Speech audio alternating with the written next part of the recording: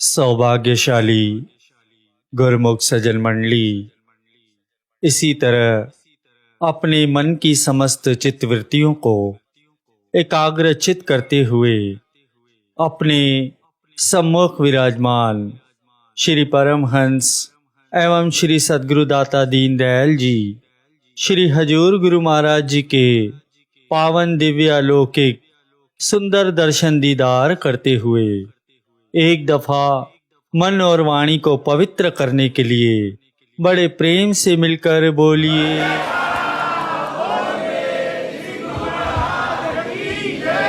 महापुरुषों का फरमान है कि भक्ति धन सतगुरु धनी बख्श रहे दिन रैन, जो आवे चरणन में पावे सुख और चैन।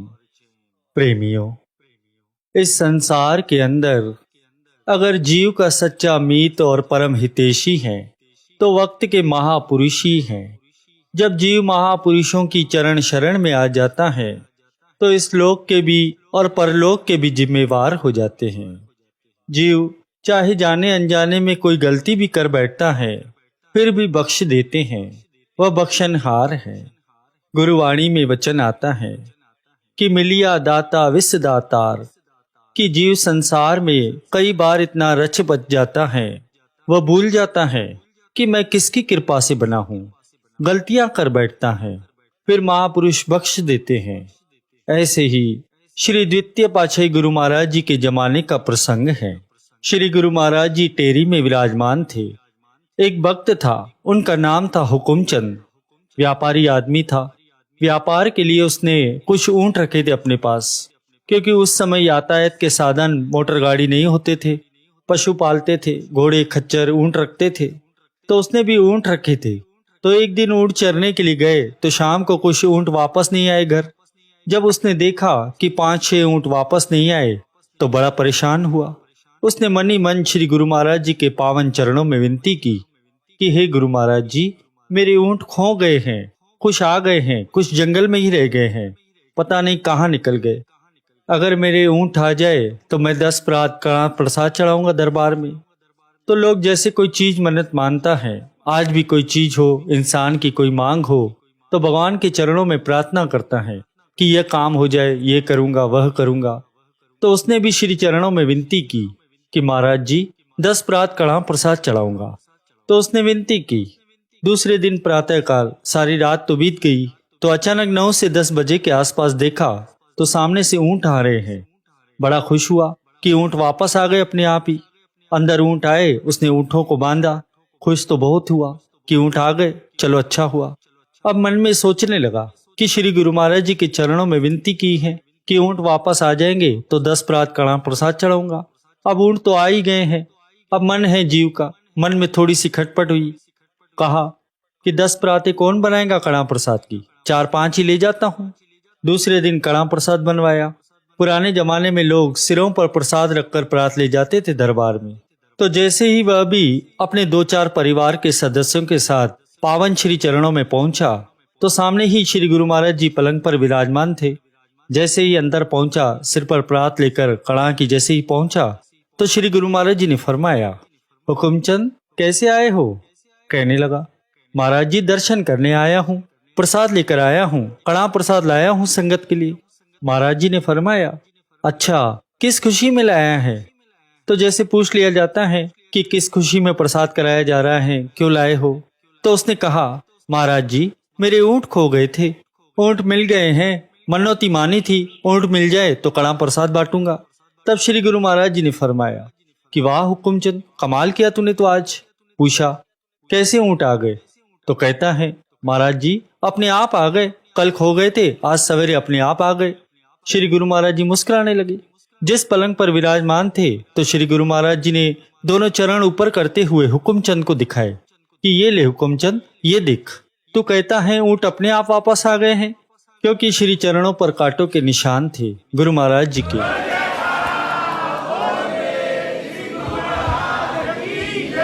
तो कहने लगे, तू कहता है अपने आप आ गए ऊंट। उसी समय उसने दंडवत प्रणाम की, माफी मांगी, सच्चे पातशाह मुझे माफ कर दो। तो श्री गुरु महाराज जी ने वचन फरमाए कि वैसे तो तुम कहते हो श्री गुरु महाराज जी अंतर्यामी है, अंतर्यामी है। जब मन में जरा सा भी कुछ हो जाए तो बेईमानी पर उतर आते हो। हुकुमचंद, गुरु महाराज जी सदा अंग संग हैं। ये सच है कि श्री गुरु महाराज जी हर प्रेमियों के सदा अंग संग हैं। हम भी हमेशा कहते हैं कि गुरु महाराज जी अंग संग हैं, अंग संग हैं।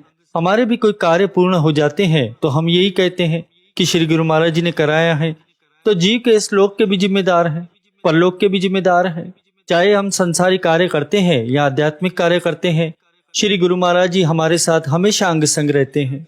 तो गुरुमुखों, यह कृपा, यह रहमत सदा हम पर बनी रहे। हम अपनी आंखों से देख रहे हैं कि श्री गुरु महाराज जी कितनी कृपा हम पर बरसा रहे हैं। तो हमारा भी ये फर्ज बन जाता है कि दरबार के नियमों की पालना करते हुए और जो दुर्दरगाही हुक्म रोज हमें सुनाया जा रहा है श्री परमहंस दयाल जी का, कि 2 घंटे भजन अभ्यास अवश्य करें ताकि हमारा ये लोक भी सुखी हो जाए और परलोक भी सुहेला हो जाए। एक बात बड़ी ध्यान से समझने वाली है प्रेमियों, हमें पता होता है कि सही रास्ता कौन सा है और गलत रास्ता कौन सा है, फिर भी हम सही रास्ता पकड़ नहीं पाते। उसकी वजह क्या है? श्री कृष्णचंद्र जी महाराज जी कहते हैं भगवत गीता में कि आंखें बंद करके भी सूरज तो दिखाई देता है, पता चलता है कि सूरज उगा है या डूबा हुआ है। हर एक को पता होता है कि सही क्या है और गलत क्या है, फिर भी हम सही डिसीजन नहीं ले पाते। उसके पीछे कारण क्या है? एक ही कारण है प्रेमियों, अगर इस कारण को आप खत्म कर दो, कभी भी भटक नहीं पाओगे जिंदगी में, कभी नहीं हारेंगे। अगर आप महापुरुषों की एक बात, श्री गुरु महाराज जी की बात है, महापुरुष तो बताते हैं, वह मान लो श्री गुरु महाराज जी की एक बात, आप गलत रास्ते पर जाना भी चाहोगे तो वह हाथ पकड़कर खींच लेंगे। आप में विल पावर आएंगी, आप गलत डिसीजन नहीं लोगे, इतना भरोसा आएगा आपको। बस एक काम कर लो, 5 नियम पक्के कर लो। महापुरुष हमेशा कहते हैं कि 5 नियम आपको मिले हैं, इससे पक्का निभाओ। 2 समय श्री आरती, पूजा, सेवा, सिमरन, भजन और ध्यान, ये 5 नियम कैसे भी निभाओ। यह जो भी हमारे अंदर अवगुण है सारे के सारे निकल जाएंगे। हम सत्संग में जाकर भी श्री गुरु महाराज जी की शरण में नहीं जा पाते, गुरु की गोद नहीं ले पाते। उसकी वजह यही है हमारी अपनी कमियां। जहां इतने काम दुनिया के करते हो, इन 5 नियमों को पक्का करके देखो। 1-2 महीने के लिए करके देखो, आपका जीवन पलटी न खाए तो कहना, करके देखो एक बार। जो 5 नियम रोज नित्य नेम से करते हैं वह गुरु की शरण में बैठे हैं, श्री गुरु महाराज जी की गोद में बैठे हैं, वह किसी भरोसे से बैठे हैं। और हम ऐसे ही आ जाते हैं और ऐसे ही चले जाते हैं। सत्संग में बहुत से ऐसे लोग आते हैं जिनसे संत पूछते हैं कि 5 नियम करते हो? कई लोग तो ऐसे बताते हैं कि इतने दिनों से आ रहे हैं पर अभी तक एक भी नियम नहीं कर पाते। हैरानी होती है ये सुनकर। तो पाया क्या सत्संग में आकर? फिर तो संगीत सुनकर चले गए, अच्छा गाया, अच्छी आवाज थी, अच्छे साज थे, पाया तो कुछ भी नहीं। अगर जीवन में बदलाव चाहते हो, गुरु की शरण में आना चाहते हो, श्री गुरु महाराज जी की गोद में आना चाहते हो, तो 5 नियम पक्का करो, नहीं तो वहीं के वहीं खड़े रह जाएंगे। अगर 5 नियम का नित्य नेम नहीं बनाया तो किसी भी प्रकार से निभाओ। जो नित्य नहीं, महापुरुष कहते हैं, वह नित्य नेम नहीं। 1 दिन किया, 2 दिन नहीं किया, कम किया, ज्यादा किया, ये नित्य नेम नहीं होता। दुकान पर हम पूरा समय देते हैं, काम पर पूरा समय देते हैं, 2 घंटे ज्यादा देते हैं, पर नित्य नेम छूट जाए तो कोई बात नहीं। जिस दिन 5 नियम पक्के हो गए, श्री गुरु महाराज जी की गोद मिल जाएंगी।